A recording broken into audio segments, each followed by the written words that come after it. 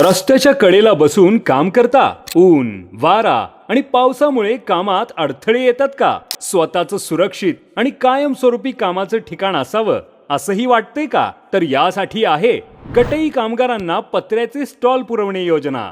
राज्यात चामड्याच्या वस्तू आणि पादत्राणे दुरुस्तीच्या व्यवसायात मोठ्या प्रमाणावर चर्मकार समाजातील अनुसूचित जातीचे कामगार कार्यरत आहेत। त्यांना सुरक्षित कामाची जागा मिळावी आणि त्यांच्या आर्थिक व सामाजिक उन्नतीस चालना मिळावी या उद्देशाने ही योजना राबवण्यात येत आहे। या योजनेअंतर्गत पात्र लाभार्थ्यांना 100% शासकीय अनुदानावर पत्र्याचे स्टॉल दिले जातात।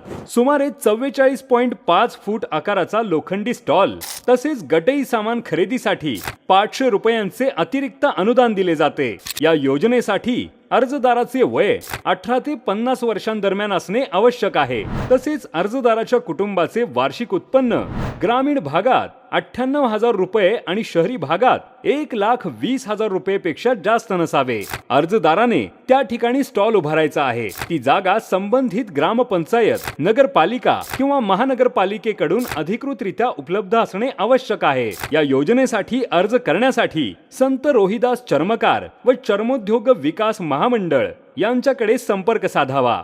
कष्टाला मिळू द्या सुरक्षित आधार। आजच या योजनेचा लाभ घ्या आणि तुमच्या व्यवसायाला नवी दिशा द्या। प्रस्तुती जिल्हा माहिती कार्यालय हिंगोली।